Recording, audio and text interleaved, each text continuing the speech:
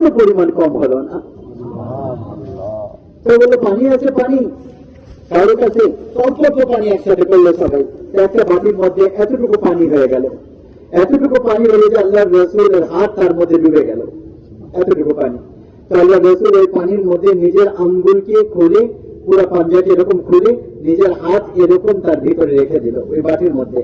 তো 5 আঙ্গুল থেকে আল্লাহ তাআলা পানি বের করতে লাগলেন, 5 আঙ্গুল থেকে পানি বেরোতে লাগলো। আর বললো আসো ভাই পানি নাও।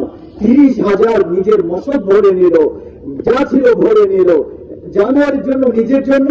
তারপর আল্লাহ রাসূল এরকম হাত উঠাইলেন, তো পানি শেষ হয়ে গেল। তো কিছু কিছু উলামা ইকরাম বলেন এই পানি যেটা আল্লাহর মাহবুবের আঙ্গুল থেকে বের হয়েছিল এটা জমজমের থেকে উত্তম আর জান্নাতের পানি থেকে উত্তম। সুবহানাল্লাহ। মুহাম্মদুর রাসূলুল্লাহ সাল্লাল্লাহু আলাইহি ওয়াসাল্লাম। আল্লাহ রাসূল মেরাজে গেলেন, তো আল্লাহ তার সাথে কথা বললেন, হে আল্লাহ, ইব্রাহিম আপনার বন্ধু হয়েছে, আর মুসা আলাইহিস সালামের সাথে কথা বলেছেন, আর দাউদ আলাইহিস সালামের জন্য লোহা নরম হয়ে গিয়েছিল, ঈসা আলাইহিস সালামের জন্য মৃত জীবিত হয়েছিল। হে আল্লাহ, আমার জন্য কি আছে? ইব্রাহিম খলিল, মুসা কালিম, দাউদ বিন দাউদ আল হাদিদ, আর সুলাইমান আলাইহিস সালামের জন্য বাতাস অনুভূত হয়েছে, আর ঈসা আলাইহিস সালামের জন্য মৃত জীবিত হয়েছে, আমার জন্য কি আছে? তো আল্লাহ তাআলা বললেন, ও লাইসা ক্বাদ আ'তাইতুকা আফদালা মিন যালিকা কুল্লি।